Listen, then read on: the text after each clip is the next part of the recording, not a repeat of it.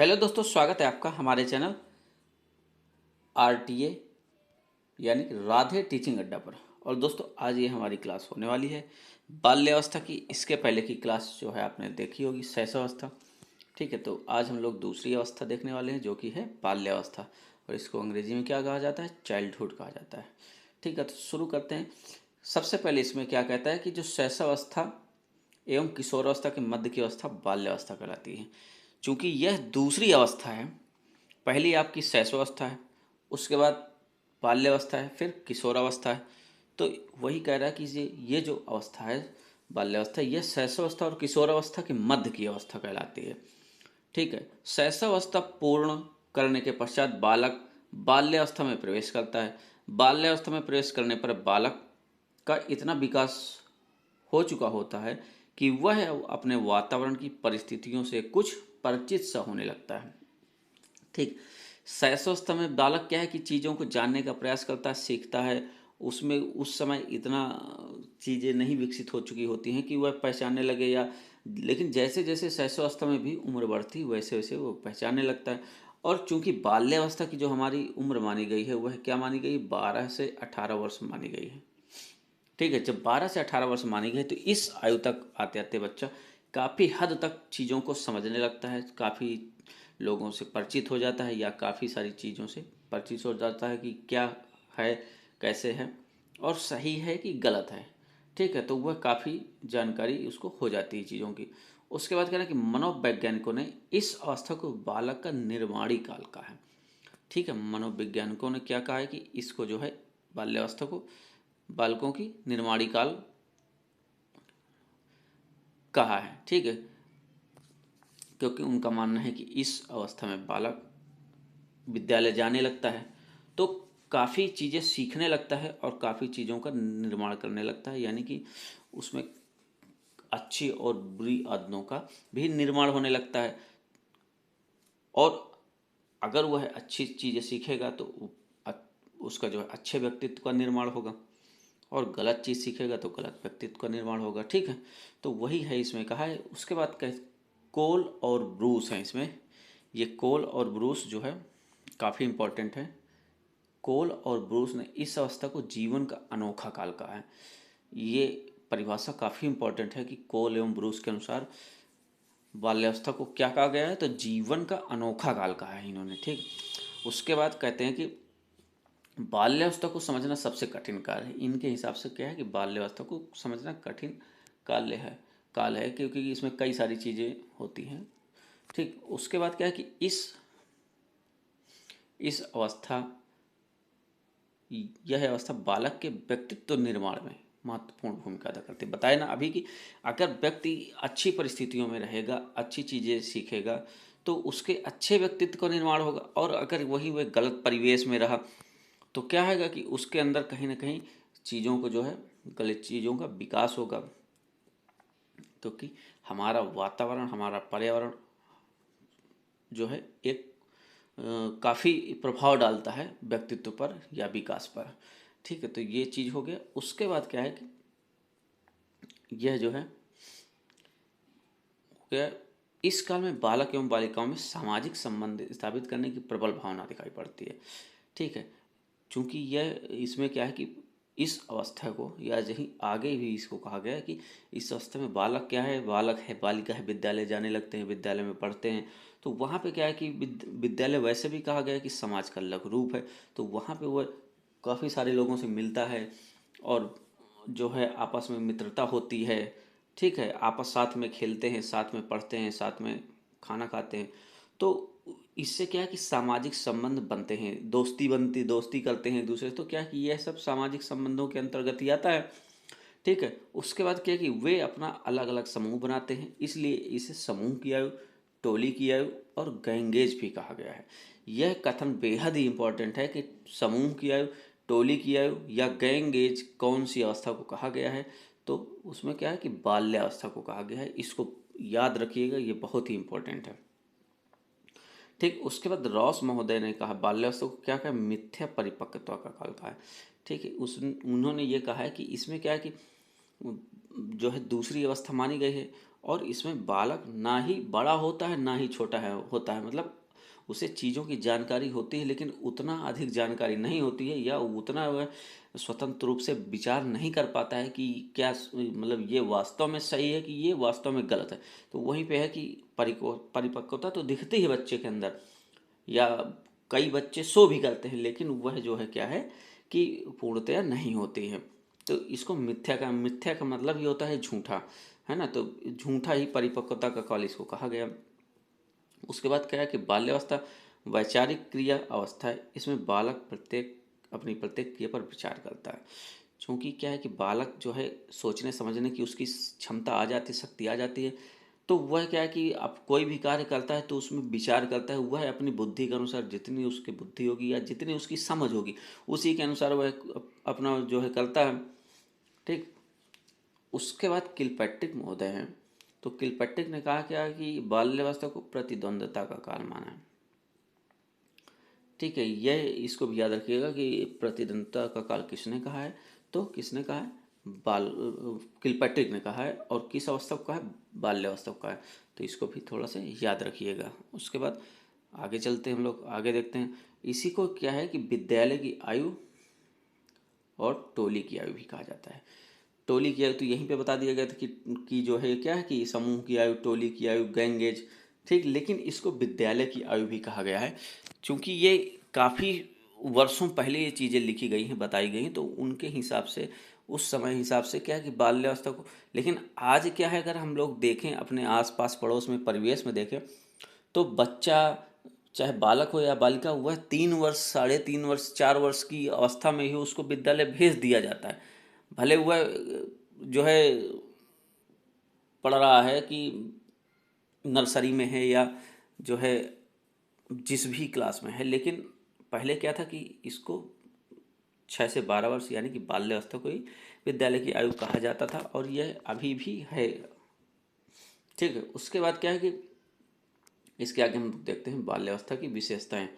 तो बाल्यावस्था की क्या क्या विशेषताएं हैं, इनको देखते हैं। पहला है कि इसमें क्या है कि शारीरिक तथा मानसिक विकास में स्थिरता। ठीक है, इसके पहले जो हमने क्लास देखी थी यानी कि शैशवावस्था देखी थी, उसमें क्या होता था कि शारीरिक और मानसिक विकास में तीव्रता होती थी। लेकिन यहाँ पे क्या है कि स्थिरता है। इस अवस्था में थोड़ी सी स्थिरता आ जाती है विकास को लेकर। ठीक, तो इस काल में शैशवावस्था की अपेक्षा मानसिक और शारीरिक विकास की स्थित गति में स्थिरता आ जाती है। जो स्पीड शैशवावस्था में होती है, जो गति होती है, तो इसमें क्या हो जाती है कि उससे कम हो जाती है, उससे थोड़ी सी धीमी हो जाती है, विकास थोड़ा सा रुक सा जाता है। इस अवस्था में ऐसा प्रतीत होता है कि मस्तिष्क पूर्ण परिपक्व हो गया है। ठीक, इसमें ऐसा, इस अवस्था में क्या लगता है कि मस्तिष्क पूर्ण परिपक्व हो गया है। और इसीलिए रॉस ने बाल्यावस्था को क्या कहा, मिथ्या परिपक्वता का काल कहा। मतलब लगता है कि मस्तिष्क पूर्ण विकसित हो चुका है, लेकिन वह उस प्रकार से चिंतन मनन या चीज़ों को अच्छे से नहीं कर पाता है। गुण आ जाते हैं, कर सकता है, लेकिन क्या है कि उतने अच्छे से नहीं कर सकता है जितना अच्छे से किशोर अवस्था में कर सकता है। क्योंकि उसमें क्या है कि जो मस्तिष्क है पूर्ण विकसित हो चुका होता है। ठीक, इसीलिए इसको क्या कहा गया है कि मिथ्या परिपक्वता का काल कहा गया है। उसके बाद दूसरा है यथार्थवादी दृष्टिकोण। ठीक, बाल्यावस्था में बालक का दृष्टिकोण यथार्थवादी होता है।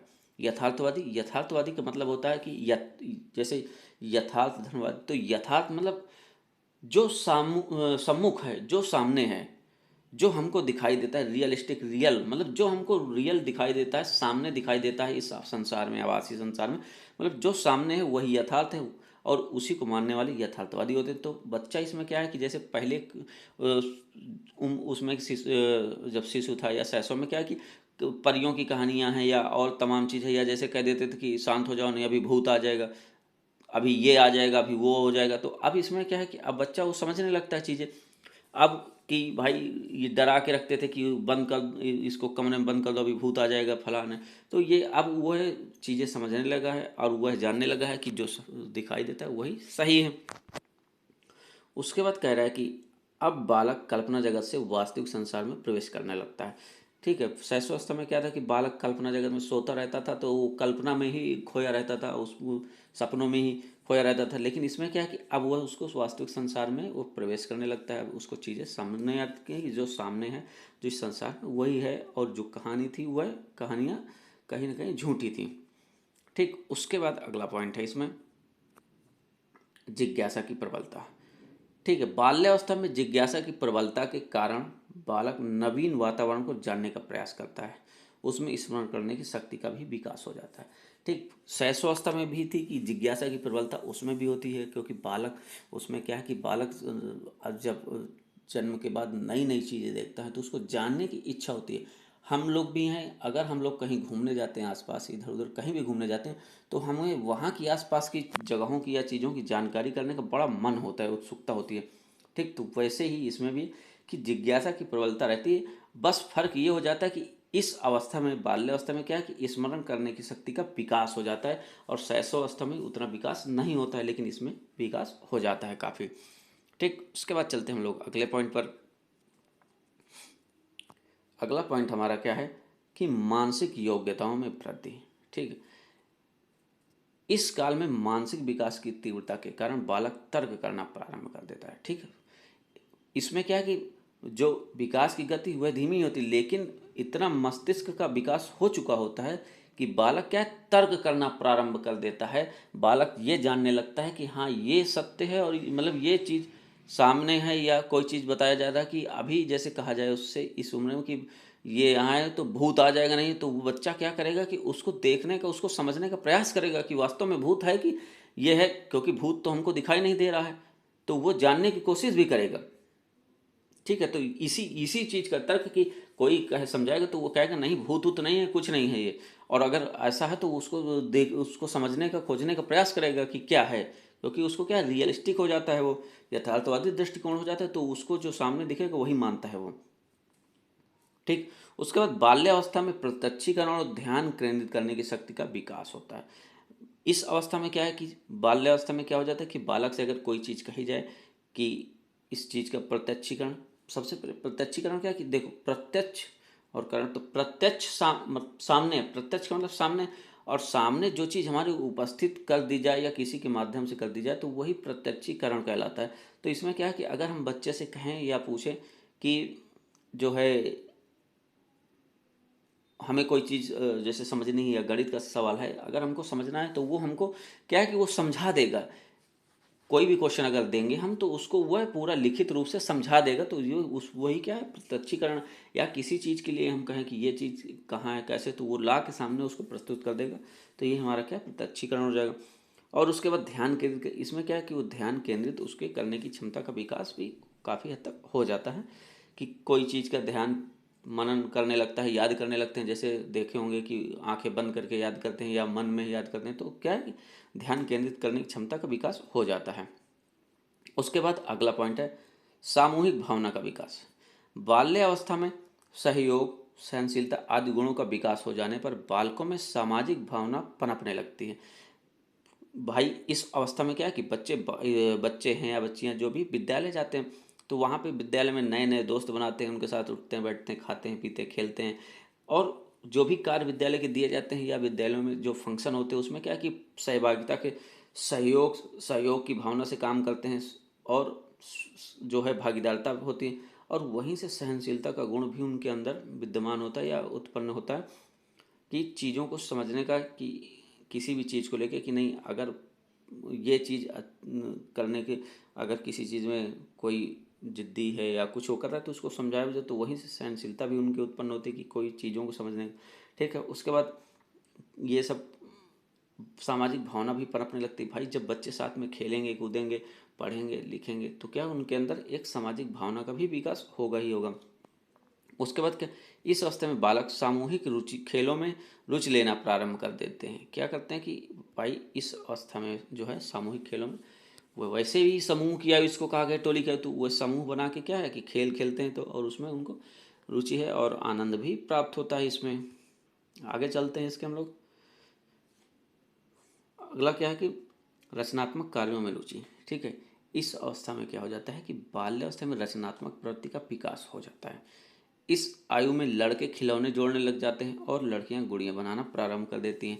आप लोगों ने आसपास देखा होगा या अपने ही भाई बहनों को देखा होगा कि इसमें जो है रचनात्मकता उनके अंदर रचनात्मकता का गुण जो है विकसित हो जाता है और वह चीज़ों को बनाने और बिगाड़ने लगते हैं। भाई कोई भी सामान आता है, अगर कोई चीज़ बिगड़ जाता है तो वो उसको बनाने का भी प्रयास करते हैं। तो यही क्या है कि उनके अंदर रचनात्मक का गुण है, तभी तो वो चीज़ कर रहे हैं कि जैसे कोई भी छोटी छोटी गाड़ियां हैं या कोई खिलौने हैं, कुछ भी होता है तो अगर वो बिगड़ जाते हैं तो उनको बनाने का प्रयास करते हैं वो लोग। तो यही उनके अंदर क्या है कि रचनात्मक गुण है। और ऐसे ही आसपास देखे होंगे, गांव देहात में भी देखे होंगे कि बच्चे जो है क्या है पुरानी चीज़ों से खेलने कूदने का सामान बना लेते हैं। पुराने चप्पलों से क्या है कि उनको काट के जो है पहिया बना लेते हैं, उन्हीं से छोटी छोटी गाड़ियाँ टाइप की बना लेते हैं। ठीक, तो ये क्या है उनके अंदर रचनात्मक गुण का प्रदर्शन है कि वो प्रदर्शन कर रहे हैं कि ये चीज़ है उनके अंदर। ठीक है, वहीं पे बच्चियाँ जो होती हैं, लड़कियाँ होती हैं, क्या करती हैं कि पुराने कपड़ों से या नए कपड़ों से जो भी गुड़िया बनाना प्रारंभ कर देती हैं, या गुड़िया बनाने के साथ साथ में और कोई चीज़ करना प्रारंभ कर देती हैं। तो उससे क्या कि ये बच्चियों के अंदर भी क्या है रचनात्मक गुणों का विकास हो जाता है। तो इसलिए ऐसी सब चीज़ें दिखाई देने लगती हैं उनके द्वारा। अगला है संवेगों पर नियंत्रण। ठीक है, तो इसमें क्या है कि इस अवस्था में बालक उचित अनुचित का में अंतर करने लगता है। ठीक, शैशवावस्था में था तो उसमें बालक उचित अनुचित का उसको पता नहीं चलता था कि क्या सही है क्या गलत है, लेकिन इसमें क्या है वह अंतर करने लगता है, उसको समझ आ जाता है। बाल्यावस्था में बालक सामाजिक एवं पारिवारिक व्यवहार के लिए अपनी भावनाओं पर दमन और संवेगों पर नियंत्रण स्थापित करना सीख जाता है। ठीक है, शैशवावस्था में क्या कि बालक को अगर हमने मार दिया या बालक को किसी चीज़ के लिए तो बालक जिद्दीपन या डांटने के बाद कहो ज़मीन में ही लेटने लगे, इधर उधर करने लगे या चिल्लाने लगे, चीखने लगे, तो उसको क्या है कि पता नहीं है कि ये उचित व्यवहार हमारे द्वारा हो रहा है या अनुचित। लेकिन इस अवस्था में क्या होता है कि अगर बालक को मार भी दो तो बालक चुपचाप अंदर ही सुबुकता रहेगा और रोएगा नहीं, चिल्लाएगा नहीं। क्यों? क्योंकि उसको पता है कि किसी के सामने अगर ऐसा करूँगा तो मुझको सब लोग गंदा कहेंगे, या ये कहेंगे कि देखो कितना ये गंदा लड़का, बदतमीज लड़का है, रोता है, चिल्लाता है या ये करता है। तो इसमें क्या है कि समझ आ जाती है। तो वही है अपनी भावनाओं पर क्या है, भावना जैसे अब उसको रोना आ रहा है लेकिन कोई बैठा है तो उनके सामने रोएगा नहीं, तो अपने क्या है कि अपने जो है उस संवेग का दमन कर लिया है और संवेगों पर नियंत्रण, कहाँ पे रोना है, कहाँ पे क्या करना है, कैसे कौन सा भाव दिखाना, तो वो काफ़ी हद तक बच्चा सीख जाता है इस अवस्था में। ठीक, उसके बाद चलते हैं हम लोग अगले पॉइंट पे। अगला है संग्रह प्रवृत्ति। इसमें क्या है कि बाल्यावस्था में संग्रह करने की प्रवृत्ति का विकास हो जाता है। बालक विशेष रूप से अपने पुराने खिलौने, मशीन के कलपुर्जे, पत्थर के टुकड़े, बालिकाएं विशेष रूप से अपनी गुड़िया, कपड़े के टुकड़े आदि संग्रह करती दिखाई देती हैं। ये जो गुण है ना संग्रह करने के, इसको आप लोगों ने भी किया होगा और ज़रूर देखा होगा कि क्या है कि जैसे बच्चे क्या हैं, बच्चे हैं या बच्चियाँ, किसी किसी को पेन इकट्ठे करने का शौक होता है, तो काफ़ी सारे पेन रखे होंगे तरह तरह के और सब। तो ये क्या है कि ये भी उनके संग्रह प्रवृत्ति का ही गुण दर्शाता है। कोई भी खिलौना है पुराना रखे हैं, या कोई कलपुर्जे हैं मशीन के, या पत्थर के टुकड़े हैं, जेब में देखने को मिलेगा कि उनके जेब में पत्थर पड़े हुए हैं। अब उन पत्थरों का क्या काम है, लेकिन वो उनके जेब में रखे रहते हैं। ऐसे बालिकाएं भी क्या है, गुड़िया हैं, कपड़े आदि या और भी तमाम चीज़ें करने लगती हैं, उनका संग्रह करने लगती हैं, क्योंकि उनको इसमें आनंद प्राप्त होता है ये सब चीज़ें करने से। ठीक, तो इसीलिए वो लोग संग्रह चीज़ों को करते हैं, इकट्ठा करते हैं। उसके बाद अगला प्रतिस्पर्धा की भावना। बाल्यावस्था में प्रतिस्पर्धा की भावना आ जाती है, बालक अपने भाई बहन से भी झगड़ा करने लग जाता है। इसमें क्या है कि बाल जो है प्रतिस्पर्धा करने की या एक दूसरे से कंपटीशन की भावना भी क्या है कि आ जाती है। विद्यालय में भी तमाम प्रतियोगिताएं होती हैं, उसके माध्यम से भी कहीं ना कहीं इस गुण का उनके अंदर विकास होता है। या घर में भी होता है कि घर में भी किसी चीज़ को लेके क्या है कि अपने भाई बहन से ही झगड़ा करने लगते हैं एक दूसरे से इन चीज़ों की, तो उसमें क्या कि कंपटीशन की भावना आ जाती है। उसके बाद अगला पॉइंट है हमारा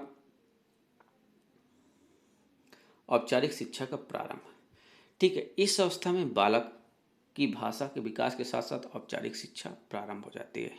वह विद्यालय जाने लगता है। इसके साथ साथ बालक में निरुद्देश्य भ्रमण करने की आदत पड़ जाती है। औपचारिक शिक्षा है क्या कि आपने देखा होगा, सीखा होगा कि औपचारिक शिक्षा क्या है कि जिसका समय और स्थान निश्चित होता है, वह क्या है, औपचारिक शिक्षा कहलाती है। जो हमारे आसपास के पड़ोस में विद्यालय हैं, महाविद्यालय हैं, इनमें जो शिक्षा दी जाती है, यह सब क्या है, औपचारिक शिक्षा है। तो वही कह रहा है कि इसमें जो है इस अवस्था में बालक में विकास के साथ साथ औपचारिक शिक्षा, भाई विद्यालय जाने लगेगा तो क्या कि औपचारिक शिक्षा का प्रारंभ तो हो ही जाएगा। और वह एक गुण और पाया जाता है इसमें कि बालक निरुद्देश्य भ्रमण करने का। आपने देखा होगा कि इस अवस्था में क्या है कि ग्रुप बना लेते हैं और ग्रुप के बाद पता चले दिन दोपहर घूमते रहते हैं इधर उधर, कारण नहीं पता लेकिन घूम रहे हैं। और कहीं इस बाग में जा रहे हैं, गांव देहात में है या शहरों में है, जैसे कहीं इधर घूम रहे हैं उधर खेल रहे हैं। तो क्या है कि उनको निरुद्देश्य भ्रमण, मतलब उद्देश्य कुछ नहीं उनका, लेकिन उनको घूमना अच्छा लगता है। तो वो क्या है कि ये आदत भी उनकी पड़ जाती है। ठीक है, उसके बाद चलते हैं हम लोग नेक्स्ट पॉइंट पे। और अगला है इसमें क्या है कि बाल्यावस्था में शिक्षा का स्वरूप। ठीक, तो वह तो इसके जो है ये हमारे विशेषताएं हो गई। और अगला है हमारा बाल्यावस्था में शिक्षा का स्वरूप की बाल्यावस्था में शिक्षा का स्वरूप कैसा होना चाहिए। तो इसमें क्या है कि पहला बात जो हमको ध्यान रखनी चाहिए, इसमें क्या है कि निम्न बातों को ध्यान रखना चाहिए उनके शिक्षा के लिए। सबसे पहले है जिज्ञासा की संतुष्टि। क्या है कि इस अवस्था में बालकों की रुचि लगातार बदलती रहती है। ऐसे में बालकों की विषय सामग्री विनोद, साहस, मनोरंजन से भरपूर व रोचकता से पूर्ण होनी चाहिए। ठीक है, अध्यापन में बालकों की जिज्ञासा की संतुष्टि करना आवश्यक होता है। इस अवस्था में क्या है कि बालक की रुचियां भी तमाम प्रकार की बदलती रहती हैं। बालक तमाम चीज़ें सीखता है तो उसको कभी किसी चीज़ में रुचि आएगी, कभी किसी चीज़ में। ठीक, तो जो उसकी विषय सामग्री होनी चाहिए उसमें विनोद, मतलब क्या है कि जो है उनको खुशी होनी चाहिए किसी भी चीज़ के लिए, उनको सहर्ष सीखने की इच्छा होनी चाहिए, उनको उसमें खुशी जो है उस चीज़ के लिए रुचि उत्पन्न होनी चाहिए। ठीक है, साहस है, मनोरंजन से भरपूर, इस सबसे क्या है, इन गुणों से परिपूर्ण होना चाहिए जो विषय सामग्री है या हमारा सामग्री या पाठ्यक्रम है या पाठ्य वस्तु है, विषय वस्तु है, जो भी उसके अंदर ये गुण होगा तभी बालक जो है अच्छे से सीख पाएगा। और दूसरा कि बालकों की जो जिज्ञासा होती है, उनको बालक तमाम प्रकार के क्वेश्चन पूछता है तो उस इनकी संतुष्टि का भी उसमें विशेष ध्यान देना चाहिए। ठीक है, चलते हैं नेक्स्ट पॉइंट की तरफ। अगला पॉइंट हमारा क्या है कि भाषा विकास पर ध्यान। ठीक, बाल्यावस्था में भाषा का विकास होता है, इसलिए भाषा के ज्ञान के साथ साथ ऐसे विषयों का भी अध्ययन कराना चाहिए जो जीवन के लिए लाभप्रद हो। ठीक है, इसमें क्या है कि भाई इस अवस्था में, बाल्यावस्था में क्या है कि बालक अच्छे से सीखना, अच्छे से चीज़ों को समझना सीख जाता है, बोलना समझ जाता है, अच्छे से जानना पहचानना सब कुछ सीख जाता है। तो इसमें क्या है कि उसकी भाषा पर विशेष ध्यान देना चाहिए कि अगर कोई चीज़ गलत बोल रहा है तो उसको तुरंत सुधारना चाहिए कि नहीं ये चीज़ गलत है, ऐसे इसको बोलना चाहिए। ठीक है, तो और उनको ऐसे विषयों का भी अध्ययन कराना चाहिए जो उनके जीवन से रिलेटेड हो और जीवन में काम आए। ये ना हो कि जीवन से रिलेटेड ना हो और काम ना। ठीक, तो अगर जीवन से संबंधित लाभप्रद होगा तो बच्चे और अच्छे से सीखेंगे। उसके बाद क्या है कि बालकों के मानसिक विकास के लिए शिक्षण विधियों में भी परिवर्तन करते रहना चाहिए। बालकों के जो है मानसिक विकास के लिए तमाम जो है शिक्षण विधियों का, कभी खेल विधि द्वारा, कभी किसी और विधि द्वारा। ठीक, आजकल आप लोग देख रहे होंगे तमाम वीडियो ऐसे वायरल होते हैं कि विद्यालयों में तरह तरह की जो है प्रतिस्पर्धाएं हैं या विधियां हैं जिनसे बच्चों को क्या है कि शिक्षा दी जा रही है। कभी बोर्ड में नए नए तरीक़ों से, तो कभी खेल कूद के माध्यम से, या कभी और कोई चीज़, तो कभी भ्रमण के माध्यम से। तो इनको क्या है कि हमको बदलते रहना चाहिए ताकि उसका इंटरेस्ट भी बना रहे और जो है वो अच्छे से सीख भी पाए और मानसिक विकास भी उसका हो अच्छे से। ठीक, चलते हैं अगले पॉइंट की तरफ। अगला पॉइंट है हमारा इंद्रियों का समुचित विकास। बाल्यावस्था में बालकों की इंद्रियों के समुचित विकास के लिए क्रियाओं पर आधारित अधिगम पर बल देना चाहिए। ठीक है, इसमें क्या है कि जैसे अभी पहले बताया कि क्रियाओं पर आधारित, चाहे खेल द्वारा हो या चाहे किसी भी तरह, मतलब कुल मिला के यह है कि अधिकतर हमको ये करवाना चाहिए कि उनके माध्यम से कोई कार्य करवाया जाए। तो उससे क्या है कि वह क्रिया करेंगे तो उनकी जो है इंद्रियों का भी उसमें जो है विकास होगा। चूँकि इंद्रियों के माध्यम से कार्य होगा तो वह क्या है कि कहीं ना कहीं अच्छे से सीखेंगे। करके सीखने से बच्चा ज़्यादा अच्छे से सीखता है स्वयं के द्वारा। ठीक, तो वही क्रिया पर आधारित अधिगम पर बल देना चाहिए उनके सीखने पर। उसके बाद इसके लिए विद्यालय की पाठ्यचर्या में पर्यटन है, खेल कूद है, सहगामी क्रियाओं की भी व्यवस्था होनी चाहिए।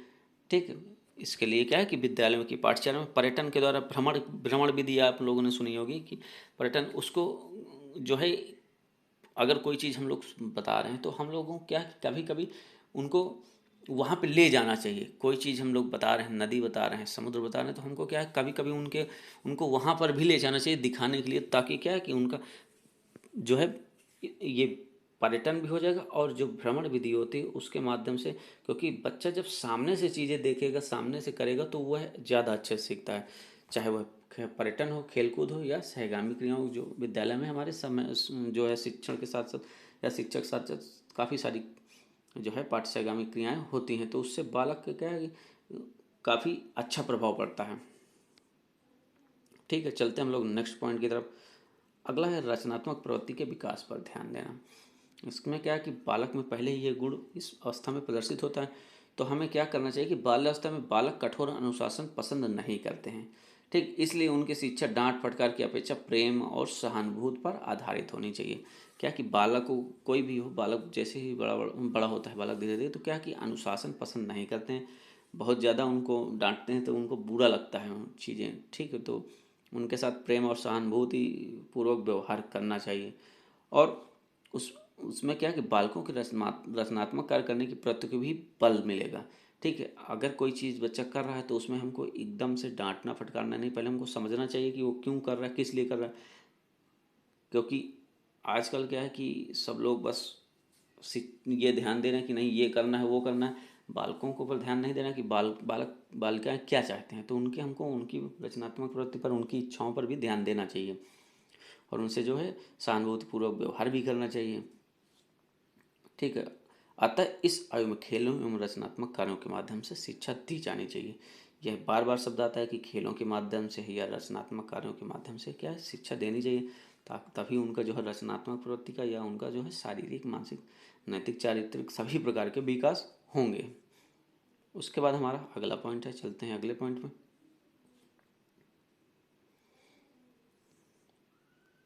नैतिक मूल्यों का विकास।